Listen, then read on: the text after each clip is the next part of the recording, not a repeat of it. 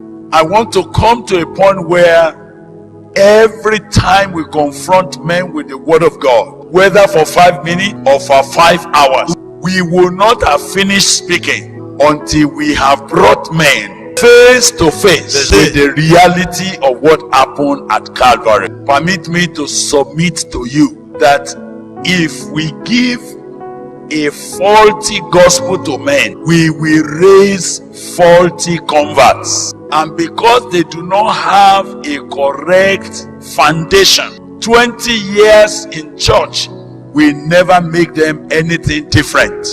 So this night, as I begin to look at that mystery, I am doing that because the gospel will not be fully preached. It will not be completely preached. It will not be properly preached if the cross does not take a center stage in our presentation. When I saw the cross, I saw that the devil is not as important as you are making him. I saw that the devil is not as prominent as many of us make him so much prominent in our prayers. Some of you cannot say 2 sentences without mentioning the devil. If you knock your head, your leg against a piece of wood, say, oh, devil, devil, devil. You give devil too much publicity simply because you do not know how to walk in the reality of the cross. I can see how many of you are so afraid of witches and wizards, to the extent that some of you have not visited your village for the past 3 years because somebody prophesied to you that your mother-in-law was the witch that is ready to pluck your pregnancy in your stomach. So when you deliver that baby, your mother-in-law cannot come and carry the baby, all because you did not see the cross.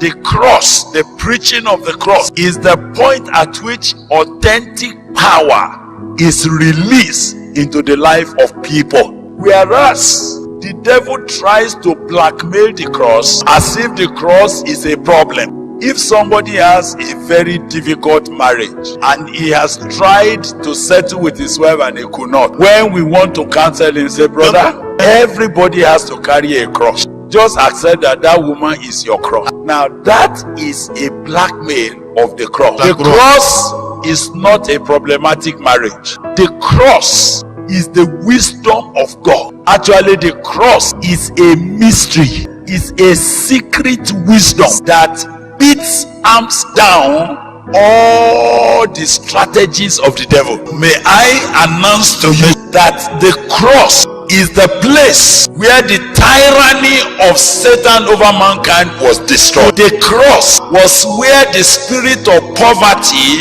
was finished with. The cross was the place where all the accusation the enemy has accumulated against us was discarded. The cross is actually the center of God's divine program. You know that Satan will have no power over any human being unless he lured them to disobey God. So the authority and the power Satan exercises all over the world today emanated out of the disobedience of man. What God decided to do was that ordinance, that certificate, that list that was like the ammunition in the hand of Satan, that every time when you ask the devil, why are you punishing this person? Why are you attacking this person? Why are you oppressing this person? Why are you disturbing this family? Those are the only things he's holding. Are you understanding? So at the cross, the Bible says, God did what? Discarded them, took it out of the way, cancelled it, erased it. Thank God for that version. But he erased the certificate and he took it out of the way. And what did he do? Nailed it to the cross. So you do understand that when we talk about the cross was that place where everything the devil could cook up together against me was nullified. In fact, if there's any contention now, and I know that very much in my own heart as a person, but I want to know much more of that power. If there's any contention now, and if you have known what Jesus did at the cross, You can actually call Satan and say, Satan, come, prove your case against me.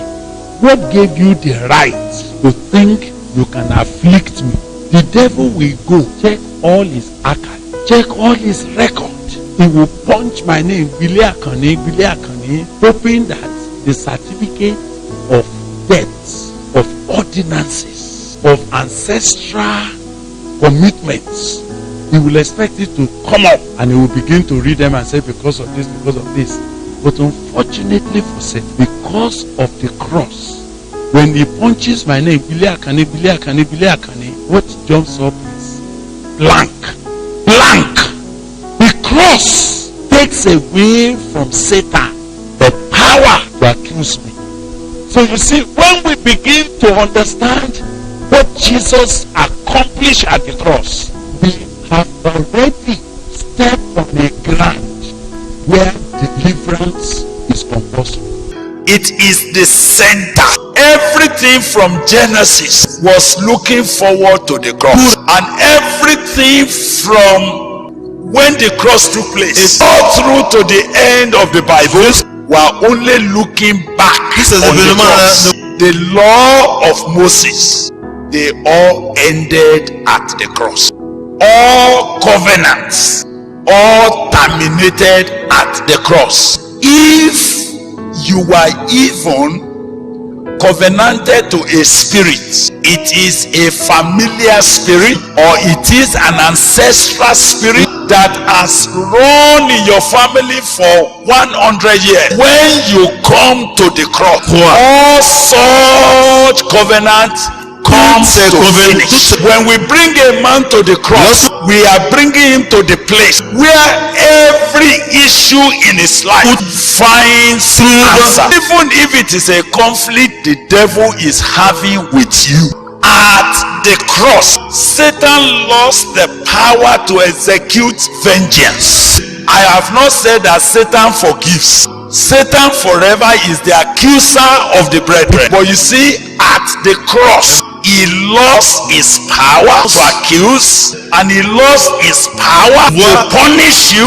He lost his power to subdue you. This is why Satan will not be at ease for us to tell the story, for us to preach the cross, because that was where he lost it all. Whenever people talk about devil and demons, and they say, oh, he is coming, that he is going to oppress you, and that you need a special prayer, you will notice that there is one matter they have omitted. What have they omitted? They have omitted the cross. The only thing the devil has regretted, for which he could never recover, was that he crucified the Lord of glory. Unfortunately for the devil, fortunately for me, the cross has taken place. The cross was one matter that finished every hold of Satan upon mankind. The cross was not an afterthought. It was not a mistake. It was a divine plan. Why did God establish it? It was for our glory. And we cannot bring men to experience the glory if they will not experience the cross. I have come to discover you can do endless deliverance ministration for a man for 10 years. You could cancel a man from a sinful habit for 10 years, and it will be an endless sacrifice. But bring that same man to the cross and let him see something finished. From that day forward, you find a man who is free. From that moment forward, you find a man who is released. You find a man who is living victoriously above sin. When Jesus was talking to Nicodemus, the man was saying, how can a man be born again? The only answer that Jesus pointed to him was what? Do you remember? He said, as Moses lifted the serpent on the tree, even so must the Son of Man be lifted up, that whosoever will believe will not perish. So the answer of how can a man be born of the Spirit, there is not a clear answer until you point men to the cross. The exchange of the old nature for the new life only became possible at the cross. But in John 12, Jesus spoke a very clear word which I want you to bear in mind as I go away. You see, it is not that we will not fast. It is not that we will not pray. But the truth of the matter is that prayer, fasting, even fellowship is not the basis of our deliverance. Nobody is saved by coming to fellowship. Nobody is saved because he is praying. Nobody is saved because of excessive fasting. I was very zealous but not free. I was very prayerful, but the issue never finished. Inside the heart is there. But the day I saw Jesus, the day I saw the cross, oh my God, something fell off. I jumped up, but I ran around. I said, I'm free. And I've been free. Brothers and sisters, until a man sees the cross, whatever you show him cannot set him free. Let me inform you, the cross brought judgment on the world system. The reason why the world system is contrary and always fight the cross, because the cross was the culmination of the judgment of this world. Do you know that when some of us came to experience the cross, it was not only sin that left us, the grip of the world system also got lost. Let me tell you the truth. We preach against worldliness for many years. We told believers, love not the world. We explained how they will not love the world, and we had to use all kind of legalism for them to hate the world. But let me tell you, until the cross deals with a man, deals with the world that is in him, you cannot get him never to love what is in him. Unless the cross deals with the world that is in man, no amount of preaching could make a man not to love the world.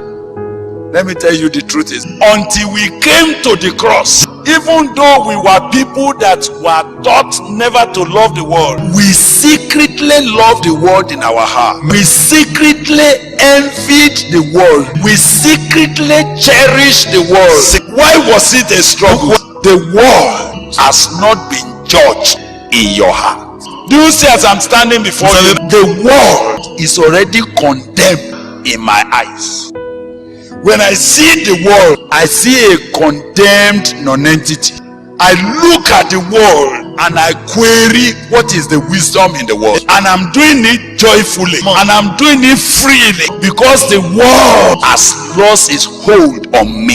I don't see anything like promotion with the things of the world.